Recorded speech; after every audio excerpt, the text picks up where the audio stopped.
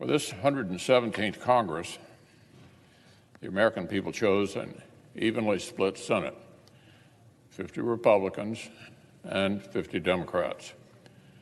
With the election of Vice President Harris, that means the Democratic leader will act as majority leader.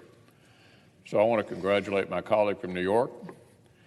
His pride and emotion were palpable yesterday as this self-described kid from Brooklyn and son of an exterminator and a housewife became the first Jewish member of Congress to lead either chamber, an historic milestone. Now, the Senate's handled an even split before. 20 years ago, faced with the same scenario, the two leaders brokered a power-sharing agreement so the institution could function smoothly. The Democratic leader and I are discussing a similar agreement now. I've been heartened to hear my colleague say he wants the same rules from the 2000s to apply today. Because certainly 20 years ago, there was no talk, none whatsoever, of tearing down longstanding minority rights on legislation. The legislative filibuster is a crucial part of the Senate. Leading Democrats like President Biden himself have long defended it. Democrats themselves just spent 6 years using it literally to block bills from Senator Tim Scott's police reform to coronavirus relief. And less than 4 years ago, when it was Republicans who held the Senate, the House, and the presidency, 27 current Democrats, plus Vice President Harris, signed a letter insisting this longstanding rule should not be broken. So if the talk of unity and common ground is to have meaning, and certainly if the rules from 20 years ago are to be our guide, then I cannot imagine the Democratic leader would rather hold up the power-sharing agreement than simply reaffirm that his side won't be breaking this standing rule of the Senate. I appreciate our ongoing good faith discussions and look forward to finding the solution together. Our side takes a great deal of pride in the accomplishments that 3 consecutive Republican Senates have delivered for the American people. In 2014, our majority was elected to check and balance the last years of a lame duck presidency. In 2016, we were reelected to help ignite a real all-American economic comeback, rebuild and modernize our military, and fight for the forgotten corners of our country. Together with the Trump administration and a Republican House, we did just that. In 2018, we were rehired again on those strong results, especially the historic job market for American workers and our commitment to the judiciary. And now, even as voters choose President Biden for the White House, they simultaneously shrunk Democrats' House majority and elected this evenly divided Senate.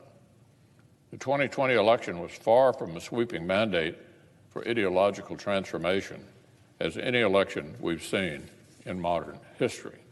The American people stunned the so-called experts with the number of Republicans they sent to the House and to the Senate to make sure common sense conservative values have a powerful say in the government. So our side is ready to share ideas and work with the Biden administration, applying common sense to find common ground for the common good. But if and when our Democratic friends depart from common sense, when they retreat from common ground, when their proposals would harm the common good, then we'll use the power the American people have given us to push for what we think is right. On the Biden administration's very first day, it took several big steps in the wrong direction. The president re-entered the failed Paris Climate Agreement, a terrible bargain that would set us up to self-inflict major economic pain on working American families with no assurance that China or Russia would honor their commitments. In fact, the U.S. has already been reducing carbon emissions, while China and other nations in the agreement have kept increasing theirs. Rejoining will just set us up to kill American jobs while our competitors continue to roar on by. The president also unilaterally canceled the Keystone XL pipeline.